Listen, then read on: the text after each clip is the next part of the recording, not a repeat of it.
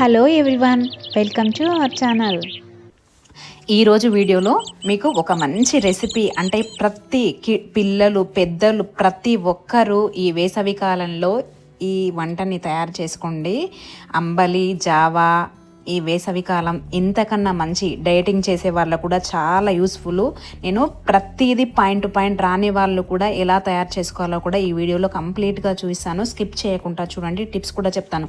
ఏం లేదండి, ఊర్లో నుంచి నేను పచ్చజొన్నలు, ఇది తెల్ల జొన్నలతో చేసుకుంటారు, పచ్చజొన్నలతో కూడా చేసుకుంటారు కదా. నేను మాత్రం చిన్నప్పుడు ఏది తయారు చేసేవాళ్ళమో అదే చూపిస్తున్నాను.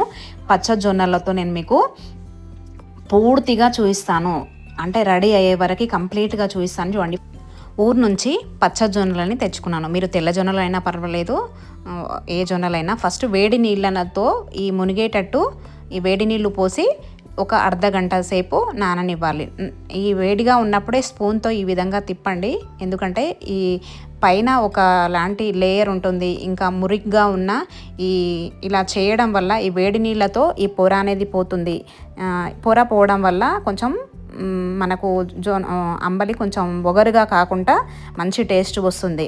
అయితే ఈ జొన్నలు చల్లారాక ఇప్పుడు ఏం చేయాలి, చేతులతో బాగా ఈ విధంగా కలుపుతూ ఉండాలి. ఇలా మనం చిన్నప్పుడు గుర్తుందా, కుదురులో పెట్టి రోళ్ళలో దంచేవాళ్ళు కదా, ఆ ప్రాసెస్ చేయకుండా నేను ఈ విధంగా వేడి నీళ్ళలో చూపిస్తున్నాను. ఇది కూడా చాలా వర్కౌట్ అవుతుంది. అంటే 3-4 ఇయర్స్ అవుతుంది, ఇదే సమ్మర్ వచ్చిందంటే ఇదే ప్రాసెస్ చేస్తాను. అయితే ఈ జల్లెడలో మీకు పెద్ద జల్లెడ ఉంటే పెద్ద జల్లెడతో జల్లించుకోండి. నా దగ్గర ఇదే ఉంది. అంటే ప్రతి పెద్దది చిన్నది అన్నీ కొనలేం కదండి, ఇంట్లో ఉన్నదాంతోనే అడ్జస్ట్ చేసుకుంటున్నాను. మీ దగ్గర పెద్ద జల్లెడ ఉంటే ఒకేసారి జొన్నలను అందులో పోసి వాటర్ని ఫిల్టర్ చేసేయండి. అంటే వాటర్ నీళ్ళు లేకుండా ఉంటే త్వరగా ఆరుతాయి కదా, ఆ ప్రాసెస్ ఇది. మీరు ఉంటే అలా చేయండి. ఇంకొకటి గమనించండి, ఊర్లలో జొన్నలు ఈ మధ్య చాలామంది కంప్లైంట్ ఉంది, జొన్నలు పచ్చజొన్నలని కొంచెం తెల్ల జొన్నలకి ఏదో కలర్ పోసి వేస్తున్నారు కదా. అలాంటివి ఎలా గుర్తించాలంటే, ఇలా వేడి నీళ్ళలో పోసి మనం చేతులతో కలిపినప్పుడు పచ్చగా చేతులకు అంటితే దాంట్లో తప్పకుండా కలర్ అంటిందని గమనించాలి.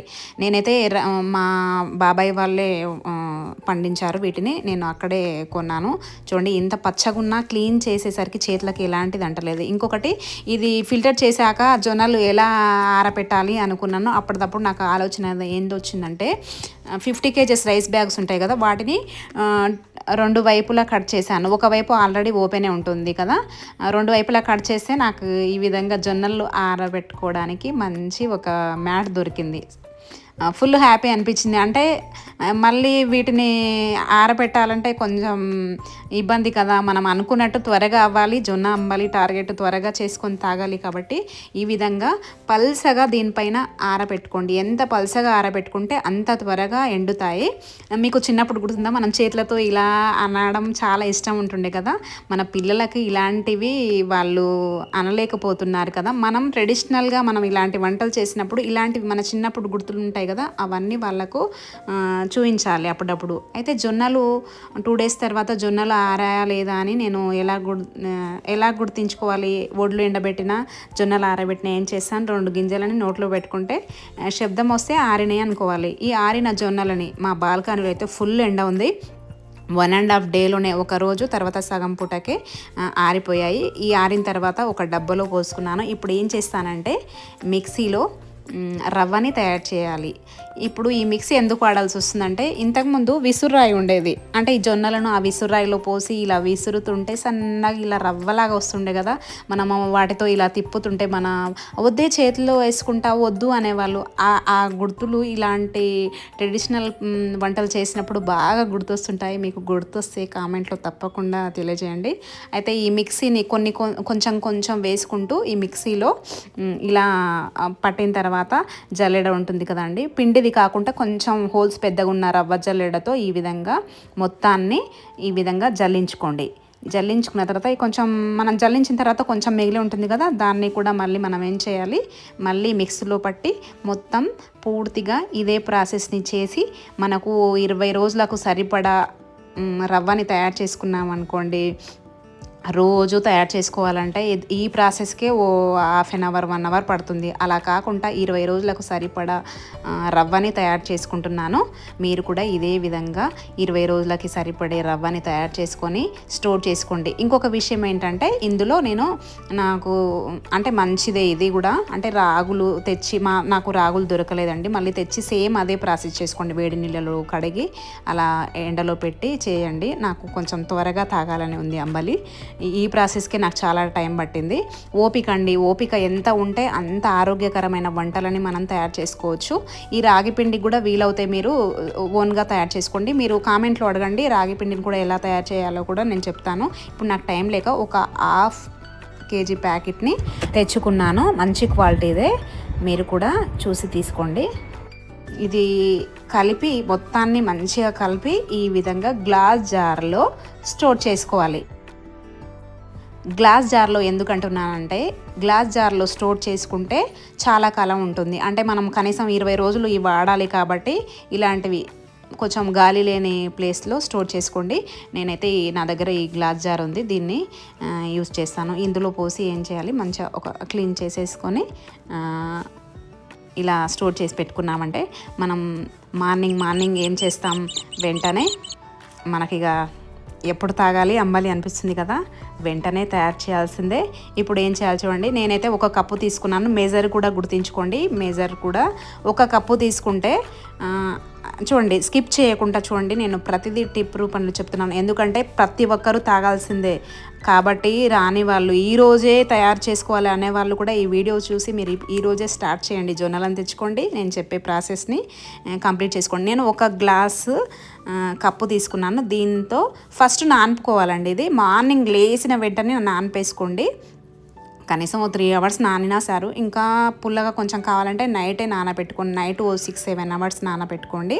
నేనైతే మార్నింగ్ లేవగానే నేను ఎంత చేసుకోవాలో ఆ క్వాంటిటీతోని 1 కప్పు క్వాంటిటీ అయితే 2 కప్పులతో నానిపి పెట్టుకున్నాను. ఇప్పుడు మనం అంబలి చేయాలి కదా, జావ చేయాలి కదా, అదే కప్పుతో 4 కప్పులు తీసుకున్నాను. 1 కప్పుకి మొత్తం ఎన్నైనాయి, 2 కప్పులేమో ఆ పిండిని నానుకోవడానికి 2, ఇవి 4, అంటే మొత్తం 1 కప్పుకి 6 గ్లాసులు చేసుకోండి. పల్సగా చేసుకునే వాళ్ళు. నేనైతే మీడియంగా చేస్తాను, ఎందుకంటే మళ్ళీ చల్ల కూడా కలపాలి కదా, బటర్ కలపాలి కదా, అందుకోసమని. ఫస్ట్ అయితే 4 కప్పులు తీసుకొని కొంచెం సాల్ట్ వేసి ఇప్పుడు స్టవ్ మీద పెట్టి మరిగించాలి. వాటర్ని బాగా మరిగించండి. ఎసరు అంటాం కదా, ఆ ఎసరుని బాగా మరిగించితే ఇప్పుడు క్యాప్ పెట్టండి, త్వరగా మరిగిపోతుంది. ఈలోపు ఇంకో మళ్ళీ లంచ్కి కూడా వంట చేయాలి కాబట్టి నేను ఆలుగడ్డలని ఫ్రై చేద్దాం అనుకుంటున్నాను. దీనికి కాంబినేషన్గా చపాతీ పిండిని కూడా నానిపి పెట్టుకున్నాను. ఇది లంచ్ వరకు ఇది ప్రిపేర్ చేశాను. కొద్దిగా రైస్ పెట్టుకుంటే ఈ రోజుకి నైట్ డిన్నర్ చూద్దాం. ఇప్పుడు లంచ్ వరకు ఇది ఓకే. ఇప్పుడైతే బ్రేక్ఫాస్ట్కి ఇది అంబలి జావా. నాకైతే ఎప్పుడు తాగాలి అనిపిస్తుంది. అంటే ఫస్ట్ డే, సమ్మర్లో ఫస్ట్ డే ఇది. ఇందాక కలిపి పెట్టుకున్నాం కదా, మరోసారి ఉండలు లేకుండా ఈ విధంగా కలిపిన తర్వాతనే మీరు గుర్తుంచుకోండి, ఉండలు లేకుండా కలిపాకనే మీరు ఎసర్లో వేసేయండి. ఈ విధంగా వేసిన తర్వాత ఇప్పుడు బాగా కలపాలి. అంటే ఉండలుగా ఉంటే మళ్ళీ ముద్దల్లా వస్తుంది కదా, అలా కాకుండా నీట్గా మంచిగా మనం అనుకున్నట్టు రావాలంటే ఇలా కలిపి ఒకసారి మూత పెట్టాక 10-15 నిమిషాలు అయ్యాక మధ్యలో ఒకసారి కలపండి. ఈ విధంగా ఒక 15 నిమిషాల తర్వాత చూపిస్తున్నాను. కలిపాక ఈ విధంగా వచ్చింది చూడండి. ఇందాక పల్సగా అయింది కదా, ఇప్పుడు కొంచెం మందమైంది. నేను 1 కప్పుకి 6 గ్లాసుల నీళ్లు తీసుకున్నాను, గుర్తుంచుకోండి.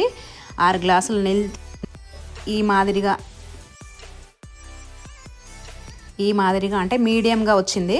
మీరు ఇంకా కొంచెం గట్టిగా, అంటే రాగి ముద్ద అంటారు కదా, వాటి కోసం అయితే 3 గ్లాసులు 4 గ్లాసులు అయితే సరిపోతుంది. మనం మీడియంగా చేసుకోవాలి. ఇంకా పలసగా చేసుకునే వాళ్ళు ఇంకా 2 గ్లాసులు ఎక్కువ పోసుకోండి, ఏ ప్రాబ్లం లేదు. నేనైతే కొంచెం మీడియంగా చేస్తున్నాను. మీడియంగా చేసి ఇప్పుడు ఏం చేస్తాను, వేడివేడిగా ఉన్నప్పుడే ఇక మనము, మా వారు ఆఫీస్కి వెళ్ళిపోతున్నారు, తనకి ఇప్పుడు వేడివేడిగా ఉన్నప్పుడు నేను ఎలా కల్పిస్తానో ఇది కూడా కలిపి ఇవ్వడంలో కూడా ఉంటుంది. నేను చిన్నప్పుడు మా అమ్మ నాకు కల్పించినప్పుడు ఇదే విధంగా కల్పించేవారు. చింతకాయ పచ్చడి కాంబినేషన్ అండి, కాంబినేషన్ అయితే సూపర్ అదిరిపోతుంది, బాగుంటుంది. ఈ చింతకాయ కాంబినేషన్లోకి సన్నగా తరిమిన ఉల్లిపాయ ముక్కలు వేసుకోండి. ఇప్పుడు ఇంకొకటి ఉంది ఏంటంటే, పెరుగుని ఇలా పల్చగా చేసి ఇందులో పోసుకుంటే ఆ కాంబినేషన్ అయితే అస్సలు నేను చెప్పను. మీరు తయారు చేసుకున్న తర్వాత టేస్ట్ చూసినప్పుడు నా వీడియో గుర్తు రావాలి మీకు. 100% చెప్తున్నానండి. ఇలాంటి ట్రెడిషనల్ ఫుడ్ మనం తప్పకుండా తయారు చేసుకోవాలి. ఇప్పుడు మనం తయారు చేసుకుంటేనే నెక్స్ట్ జనరేషన్లో మన పిల్లలకు కూడా ఇది ఒక రెసిపీ ఉంటుంది ట్రెడిషనల్గా అని గుర్తుంటుంది వాళ్ళకి. అసలు మనమే 50% మెంబర్స్ని మర్చిపోయాము ఈ రెసిపీ ఒకటి ఉంటుందని. ఎందుకంటే మనం చిన్నప్పుడు తాగినాం కాబట్టి ఇవాళ మనం సేమ్ తయారు చేసి తాగగలుగుతున్నాం. ఈ వీడియో నచ్చితే తప్పకుండా లైక్, సబ్స్క్రైబ్ చేయండి.